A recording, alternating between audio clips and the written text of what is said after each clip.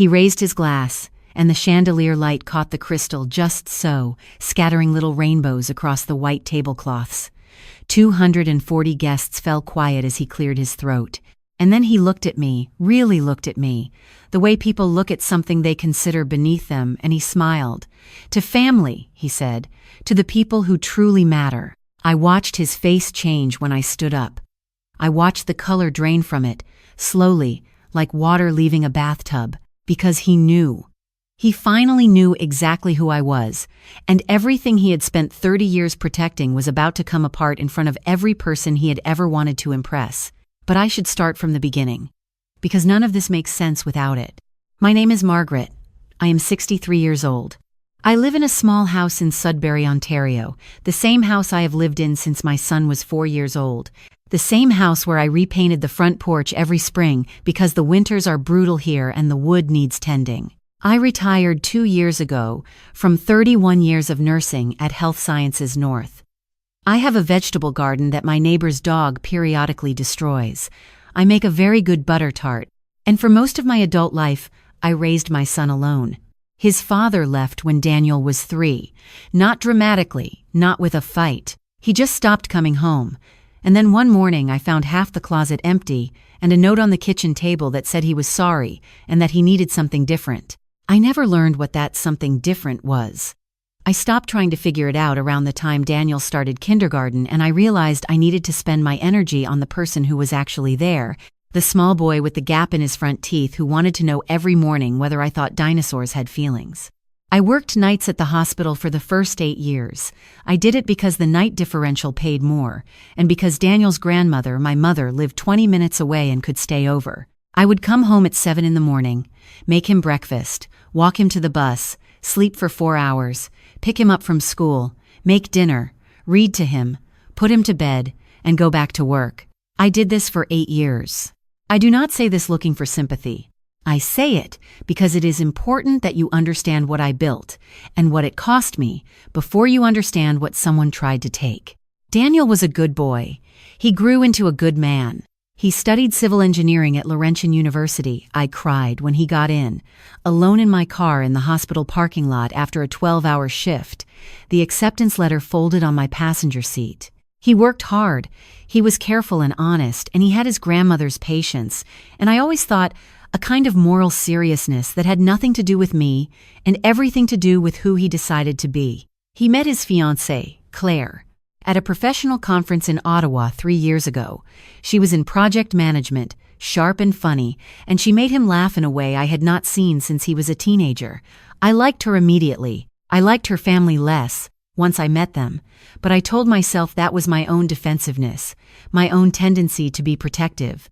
I told myself to be fair. Her father was a man named Gerald Ashford. He was a property developer. He had made a significant amount of money building subdivisions across northern Ontario and had a very high opinion of himself, that he wore the way some men wear expensive watches constantly and always where you could see it. The first time I met him, at a dinner at a restaurant in downtown Ottawa that I am certain he chose because he knew I would feel underdressed, he shook my hand without making eye contact and asked Daniel what his 5-year plans were, as though I had not been a contributing member of the conversation for the previous 20 minutes. I noticed things about Gerald Ashford from the beginning, the way he spoke over his wife, the way he referred to Claire's accomplishments as things that reflected well on him, the way he mentioned his net worth, the way other people mention the weather casually, often as though it explained something important about who he was as a person. I told myself to be fair. I told myself that difficult fathers-in-law were not unusual, and that what mattered was how Daniel and Claire felt about each other. And then, 4 months before the wedding, I was cleaning out my mother's storage unit. My mother had passed away the previous winter. She was 81, and she went quietly, in her sleep, which was, the doctors said, a mercy. Going through her things was one of the hardest things I have done. There were 40 years of her life in that unit, boxes of photographs, my father's tools, my daughter's drawings from school. There were also boxes of papers she had never thrown away, because my mother believed that you kept documents and you kept them organized, and she had been right about this more times than I could count. In one of those boxes, I found something I had not seen in over 25 years. I found the investigation file. You need to understand what happened in the winter of 1997. I was 36 years old. I was working nights. Daniel had just turned 7. And in January of that year, there was a structural failure at a construction site on the edge of Sudbury, a partially completed residential building that collapsed during a safety inspection, trapping 2 workers in the basement for 11 hours. One of them, a man named Roy Tremblay, was 44 years old and had 3 children. He broke both his legs and his pelvis and never worked construction again. The other worker, a young apprentice named Curtis Fenn, was 22. He did not survive. I had known Curtis Fenn, not well, but the way you know people in a small city. His mother had been a patient of mine. He was a quiet, gentle young man who had taken the apprenticeship because he wanted to learn a trade and save money to go back to school. He had been planning to study architecture. The investigation concluded that the failure was caused by cost-cutting measures, substandard materials used in the foundation framing, safety inspections that had been signed off without being completed. The company responsible was a subsidiary of a larger development firm. The case was eventually settled out of court. The terms were confidential. No individual was ever charged. My mother, I discovered that afternoon in the storage unit, had spent 2 years quietly collecting documents. She had a sister who worked in the municipal office. She had a friend whose husband was a union rep. She had, apparently, a very stubborn streak that I had perhaps inherited. In that box were copies of internal memos, inspection reports with forged signatures, and a letter unsigned, but clearly from someone inside the company that named the executive who had approved the cost reductions. That executive was Gerald Ashford. I sat on a plastic folding chair in that storage unit for a very long time. I thought about Curtis Fenn's mother, who had died herself a few years after her son. I thought about Roy Tremblay, who I had heard was living somewhere in Timmins on disability. I thought about my son, who was planning to marry the daughter of the man who had signed off on those decisions and then spent 30 years pretending it had nothing to do with him. I thought about what to do, and I made what I now know was a mistake. I decided to wait. I told myself I needed to verify the documents. I told myself I did not want to blow up my son's relationship on something I had found in a box. I told myself that the wedding was 4 months away and I would figure out the right moment. I put the file in my desk drawer at home and I did not tell Daniel, and I thought about it every single day. The wedding was held in late September at a venue outside of Barrie, a heritage property, with a big white barn and maple trees that were just beginning to turn. It was genuinely beautiful. Claire was genuinely beautiful. Daniel cried when he saw her at the end of the aisle, which made me cry, which I had not been planning to do quite that early in the proceedings. Gerald Ashford had paid for the wedding. This had been established early in the planning process and had established, along with it, a kind of unspoken hierarchy about whose preferences mattered more. I had been seated at a table near the back of the reception hall, next to Claire's aunt and a couple I had never met from her mother's side of the family. Not the head table, not the family table near the front. The table near the windows, which was lovely, but which was also clearly not where the mother of the groom might expect to be placed at her only child's wedding.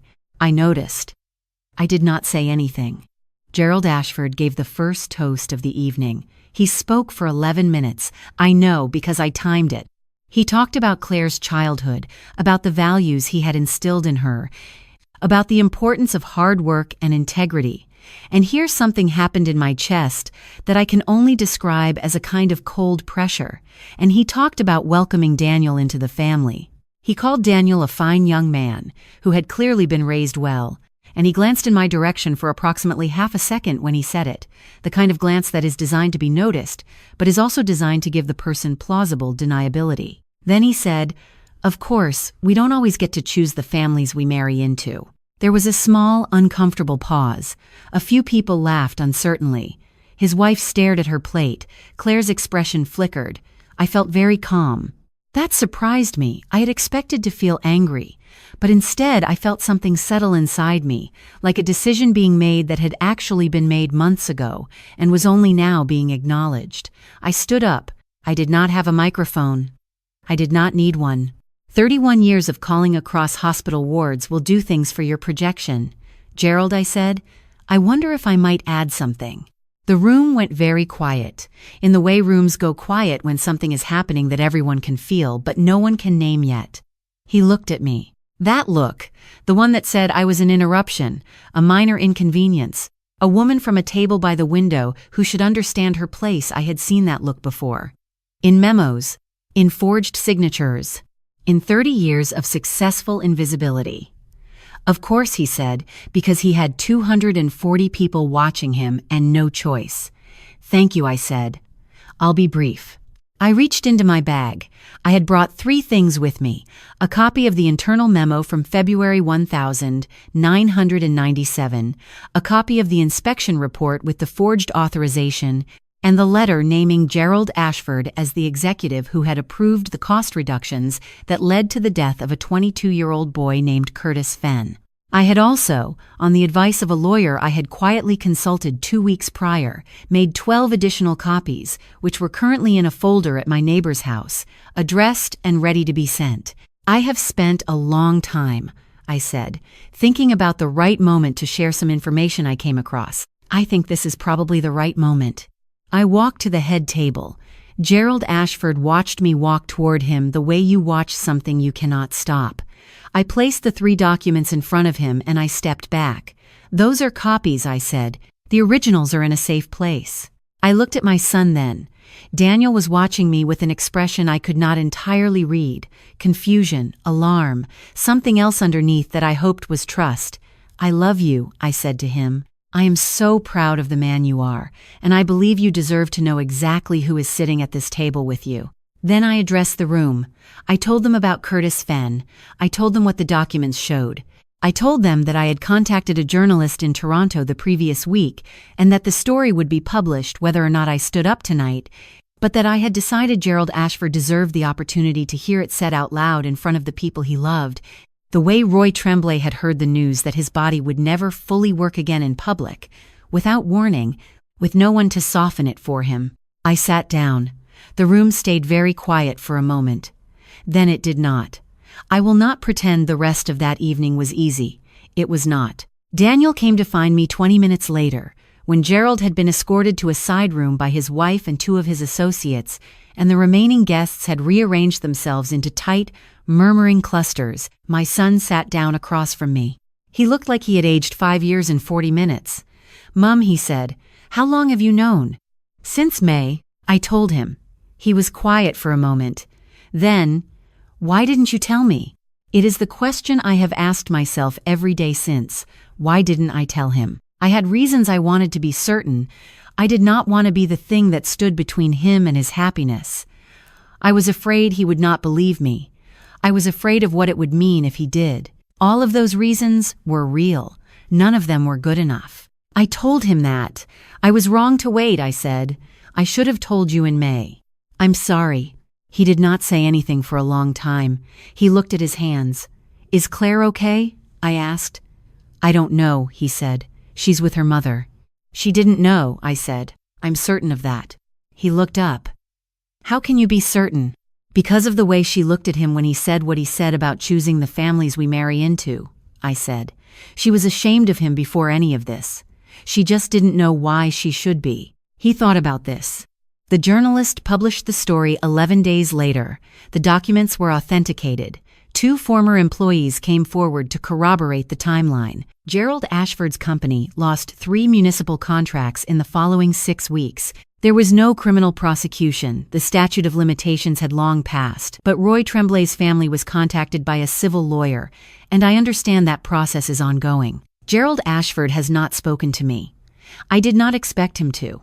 Claire, and this is the part I think about most, called me 6 weeks after the wedding, not to accuse, to ask questions. She asked them carefully and honestly and listened to the answers, and by the end of the conversation she was crying, and I was crying, and we did not solve anything, but we understood each other a little better than we had before. She and Daniel are still married. I do not know what their relationship with her father looks like now. That is between them. What I know is this. I sat in that storage unit for a long time in May, holding documents that had been sitting in a box for 25 years, and I asked myself what my mother had been keeping them for. She had never said a word to me about them. She had collected them quietly, filed them carefully, and left them where I would find them. I think she was waiting too. I think she was waiting for the right person, the right moment, the right reason. Curtis Fenn's name was in the local paper again, in the article. His sister, who still lives in Sudbury, posted it on Facebook with a comment that said simply, "Finally." I printed it out and put it on my refrigerator. Daniel came for Thanksgiving in October. He brought Claire. She helped me make butter tarts and told me she had found a therapist she liked and asked me, very politely, whether I thought the dog next door could be trained to respect garden boundaries or whether that was optimistic. I told her it was probably optimistic, but that I kept trying anyway. We ate at the kitchen table. The maple in the backyard had gone completely red overnight the way they do here, suddenly and completely, as if they had been planning it all summer and were only now ready to show you. Daniel, after his second cup of coffee, looked at me across the table and said, "You know what I keep thinking about?" I shook my head. "I keep thinking about you working nights when I was little. I used to wake up sometimes and you wouldn't be there, and Grandma would be asleep on the couch, and I'd go back to bed and tell myself you'd be home in the morning." He paused. "You were always home in the morning," he said. I did not trust myself to speak for a moment. "I wasn't always sure I was doing it right," I finally said. "I know," he said. "You were, though." Outside, the maple tree held its color. The neighbor's dog was very quiet. The butter tarts, I thought, had turned out well. I am 63 years old. I live in a small house in Sudbury, Ontario. I have a son I am proud of and a daughter-in-law who is finding her way, and a vegetable garden that I will replant in the spring. And I have learned, later than I should have, that the right moment to tell the truth is almost always sooner than you think.